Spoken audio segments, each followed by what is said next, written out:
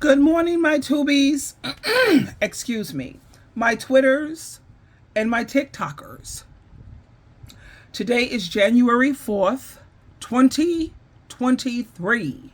And again, Happy New Year's. Tomorrow is my birthday, and I'm very excited about it. I know there's a lot of people who don't like their birthdays. They feel that they're getting older. I, on the other hand, don't feel that way. I feel that I'm becoming more and more refined and more polished. Yes. Now, today we're going to talk about not feeling guilty all the time. And today's text is coming from Phillipians chapter 3, verse 12. And I love this scriptures. This is one of my favorites. And it reads, I don't mean that I am exactly what God wants me to be. I have not yet reached that goal, but I continue trying to reach it and make it mine. That's what Jesus Christ wants me to do. It is the reason he made me his brother and sisters. I know that I still have a long way to go. Now, I do too. This is so good. This is talking to Sheila. Totally talking to Sheila. I know that I still have a long way to go, but there is one thing that I do. I forget what is in the past and try as hard as I can to reach the goal set before me. I keep running hard towards the finish line to get the prize that is mine. And this is what we all have to do. We have to stop beating ourselves up constantly, morning, noon, and night, feeling guilty. Jehovah doesn't like it. Jesus Christ don't like it.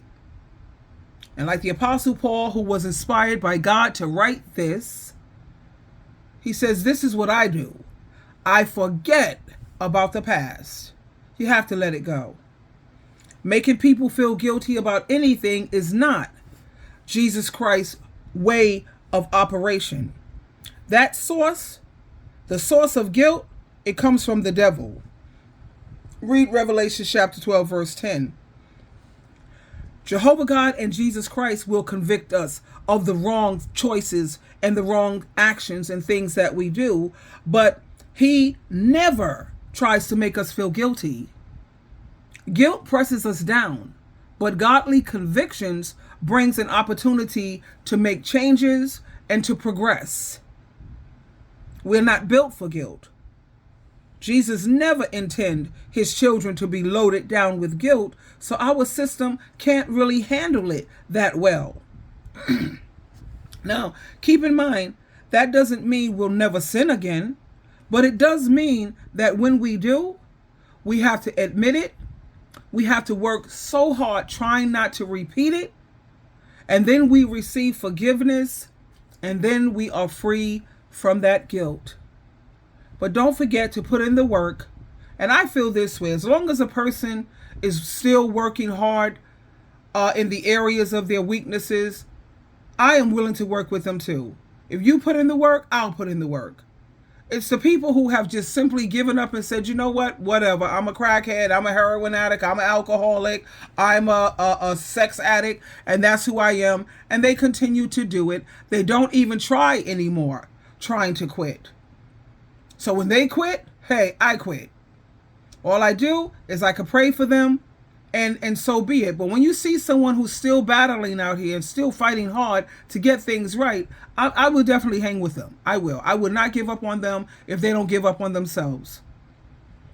Our journey with God and Jesus Christ toward right behavior and holiness, it's progress. It's progressive.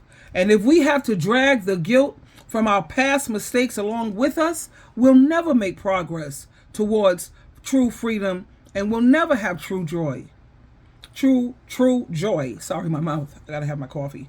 Anyway, your future has no room for your past. How much time do you waste feeling guilty? It is important that you think about this, because spending time dwelling on your past mistakes is something Jesus Christ has told us not to do. No one, not one of us, are perfect people. The good news is Jesus came for people like you and me. He came here for the sick ones, the imperfect ones. He did not come here for those who are well, for he didn't come here for people who are perfect. Like he says, a well person don't need a physician. A sick person does. And we are all sick people because we're all imperfect. So tell me now, what triggers your struggle with guilt? When you make a mistake, or when you're thinking about your past, when you see someone who was a part of your past during that specific time when you was going through it. Does that trigger your guilt?